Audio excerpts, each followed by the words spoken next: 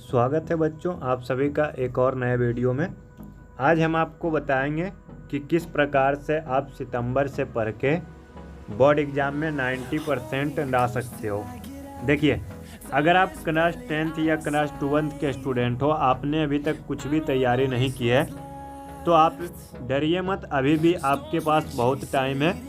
हम आपको आज इस वीडियो में 4 नियम को बताएंगे, 4 रूल्स को बताएंगे। अगर अभी से आप उन 4 रूल्स को फॉलो करते हो तो आपको 90% लाने से कोई नहीं रोक सकता है, लेकिन आपको जो है इस 4 रूल को फॉलो करना पड़ेगा। तो वीडियो को अंतिम तक देखिएगा। आपको 10 मिनट के वीडियो में हम आपको 4 ऐसे नियम बताएंगे जो कि आपको एग्ज़ाम में 90+ मार्क्स लाने में आपको सहायक साबित होंगे। और देखिए, अगर आप ये नियम को सिर्फ 30 दिन फॉलो करते हो ना, तो आपको असर दिखने लगेगा, आपको अपने अंदर का आत्मविश्वास बढ़ जाएगा कि आप 90% ला सकते हो। लेकिन आपको जो है इन चारों नियम को फॉलो करना पड़ेगा। तो आपको देखिए, अगर आप हमारे चैनल पे नए हो तो चैनल को लाइक, शेयर एंड सब्सक्राइब कर दें। अगर आपके फ्रेंड वगैरह हो जो कि इस बार मैट्रिक या इंटर का एग्ज़ाम देने वाले हो, तो आप उनके पास इस वीडियो को शेयर कर सकते हो। ये वीडियो उनके लिए भी काफ़ी कारगर साबित हो सकती है। देखिए, सबसे पहले हम बात करते हैं कि ऐसे स्टूडेंट जो कि ये सोच रहे हैं कि अब सितंबर के बाद हमारे पास 5 महीने ही बचे हैं, तो आप लोग ये सोचिए कि 5 महीना में टोटल 150 दिन होता है और 150 दिन काफ़ी होते हैं।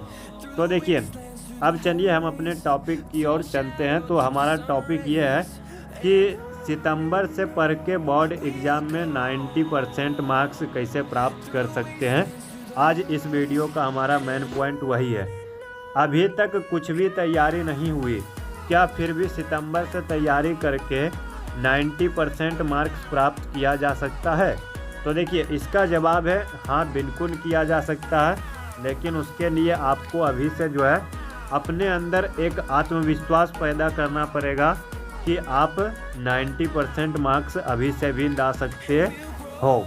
ठीक है, और आपको जो है अपने ज़िंदगी से सभी बहानों को हटाना पड़ेगा। आपको अपने बहानों को, आप अगर सोशल मीडिया से जुड़े हुए हो तो हम ये नहीं बोलेंगे कि आप उसको एकदम से बंद कर दो। एकदम से बंद करना किसी के बस की बात नहीं होती है, लेकिन आपको क्या करना है कि कम करना है। तो चलिए, हमने आपको 4 नियम बताने का वादा किया था। तो हमारा पहला नियम यह है कि आज से आपको नियमित रूप से पढ़ाई शुरू कर देनी चाहिए, कोई बहाना नहीं। जैसे कि देखिए, कुछ लोग ये बहाना करते हैं, अगर आज है तो बोलेंगे कि कल से पढ़ेंगे, सुबह है तो बोलेंगे शाम से पढ़ेंगे, शाम है तो बोलेंगे कि सुबह से पढ़ेंगे। अगर मान लीजिए कि कल आने वाला है रक्षाबंधन, तो बोलेगा रक्षाबंधन समाप्त होने दो, परसों से पढ़ेंगे। आप अगर इस प्रकार से बहाना बनाओगे, आप अगर इस प्रकार से एक्सक्यूज बनाओगे, तो आप कभी भी 90% मार्क्स नहीं प्राप्त कर पाओगे। इसीलिए आज से आप अपने आप से वादा कीजिए कि आज से हमें कोई भी बहाना नहीं बनाना है। कुछ भी हो जाए, आपको 3 घंटे, 4 घंटे, 5 घंटे आपको नियमित रूप से अभी से, जब तक एग्ज़ाम ना कंप्लीट हो जाए, आपको रेगुलर पढ़ना है। 3, 4, 5 घंटे। हम ये भी नहीं बोल रहे हैं कि आपको 10 घंटा, 12 घंटा देना है, नहीं, लेकिन आपको कम से कम 3 से 5 घंटा आपको अभी से एग्ज़ाम तक रेगुलर देना पड़ेगा।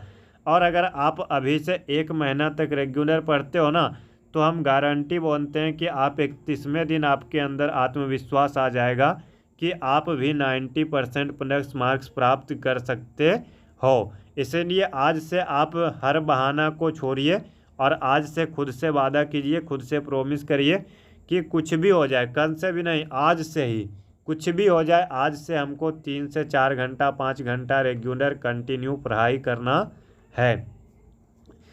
कोई भी बहाना काम नहीं आएगा, कोई भी पर्व नहीं आएगा, ना ही आपको सुबह का बहाना बनाना है, ना ही शाम का बहाना बनाना है। बन की कुछ भी हो जाए, आपको आज से और अभी से अपने तैयारी पे ध्यान देना है, अपने पढ़ाई पे ध्यान देना है। तो ये आपका था आज का हमारा पहला नियम, और अभी तक का सबसे इम्पोर्टेंट नियम है। क्योंकि जब तक आप अपने लाइफ में एक रूल नहीं बनाओगे और उस रूल को रेगुलर फॉलो नहीं करोगे, आप किसी भी जीवन के किसी भी क्षेत्र में आप सफल नहीं हो पाओगे। इसीलिए आपका फर्स्ट रूल यही है कि आपको अपने जीवन में नियमित रूप से रेगुलर होना है और कोई भी बहाना नहीं बनाना। चलिए, अब हमारा दूसरा नियम यह है कि आपको हर विषय में मेहनत करनी चाहिए।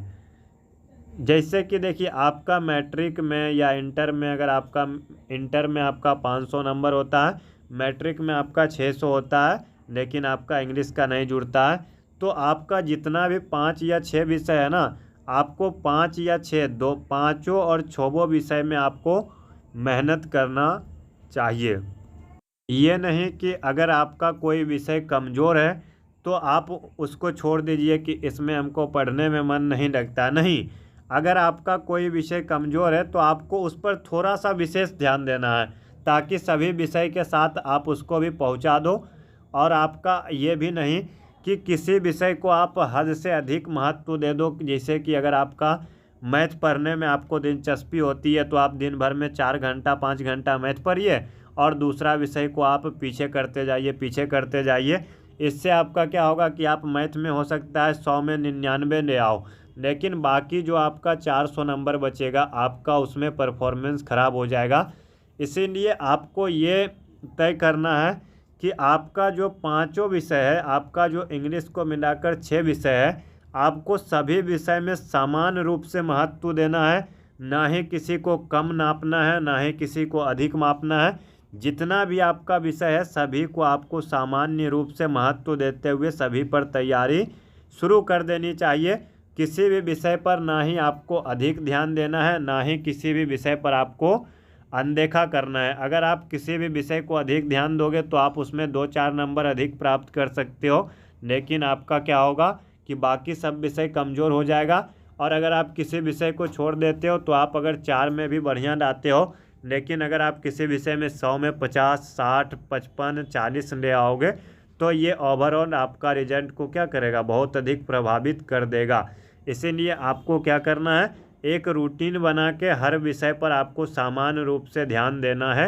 और ये था हमारा आज का दूसरा महत्वपूर्ण नियम। तो चलिए, अब हम लोग चलेंगे तीसरे नियम में। तीसरा नियम में देखिए आपका क्या है, और ये आपका अभी तक जो था वो आपका एक तरह से नियम था, लेकिन तीसरा में है कि आपको तैयारी कैसे करना है, आप कौन सा बुक से तैयारी करोगे, कौन सा बुक आपके लिए सबसे ज़्यादा इम्पोर्टेंट होगा। तो देखिए, आपको क्या करना है, आपको एक क्वेश्चन बैंक खरीद लेना है, किसी भी पब्लिकेशन का जिसमें कम त्रुटि होती हो, जिसमें कि बढ़िया से होता हो। आपको उस क्वेश्चन बैंक को खरीद के आपको ये समझना है कि कौन सा विषय में किस प्रकार का प्रश्न कौन सा कितने नंबर का पूछा जाता है। उसमें जो है ना, प्रीवियस 10 साल का क्वेश्चन रहता है कि प्रीवियस 10 साल में कौन सा क्वेश्चन पूछा गया है। तो आपको ये समझना है कि आपको कौन सा नंबर का कितना प्रश्न पूछा जाता है। फॉर एग्जाम्पल, मान लीजिए कि आपका हिंदी में गद्यांश आता है 20 नंबर का, तो आपको 20 नंबर के गद्यांश की तैयारी करनी है और आपको उसी बुक से करना है कि पिछले 10 साल में किस प्रकार का गद्यांश पूछा गया, आप उस पर प्रैक्टिस करिए। इस प्रकार से जब आप उसके पैटर्न को समझ जाओगे और जब आप क्वेश्चन बैंक को अच्छे से पढ़ोगे, अच्छे से उसको समझ करके याद करोगे, तो क्वेश्चन बैंक जो है आपको 100 में से 90 लाने में बहुत अधिक आपको मददगार होगा, बहुत अधिक वो आपको सपोर्ट करेगा।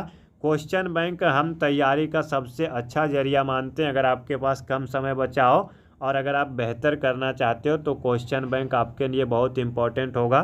तो आज ही जाकर के एक क्वेश्चन बैंक खरीदिए और उससे तैयारी करना शुरू कर दीजिए, ठीक है। और देखिए, अब अगला प्रश्न है आपके लिए, ये इम्पोर्टेंट है ऑब्जेक्टिव के लिए, ठीक है। देखिए, आपको क्या करना है, ऑब्जेक्टिव की तैयारी के लिए आपको एक कोई बेहतरीन सा बुक खरीद लेना है और उसके पश्चात आपको एक पैटर्न बनाकर ऑब्जेक्टिव याद करना है।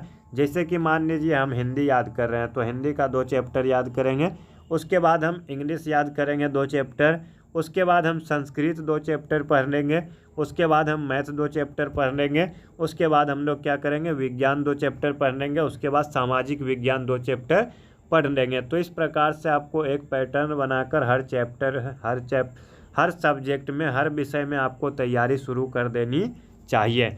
और अगर आप इन जो हमने अभी तक आपको 4 नियम बताया है, अगर आप इन चारों नियम को फॉलो करते हो तो हम आपको गारंटी देते हैं कि अभी से 30 दिन के बाद 31वें दिन जो है ना, आपके अंदर इतना आत्मविश्वास आ जाएगा, आपके अंदर इतना कॉन्फिडेंस आ जाएगा कि 31वें दिन आप खुद से बोलोगे कि हम खुद 90% लाएंगे। ठीक है, आप ये करिए, आज से जो है स्टार्ट करिए और देखिए कि आपको क्या रिजल्ट मिलता है। चलिए मिलेंगे नेक्स्ट वीडियो में। धन्यवाद। जय हिंद।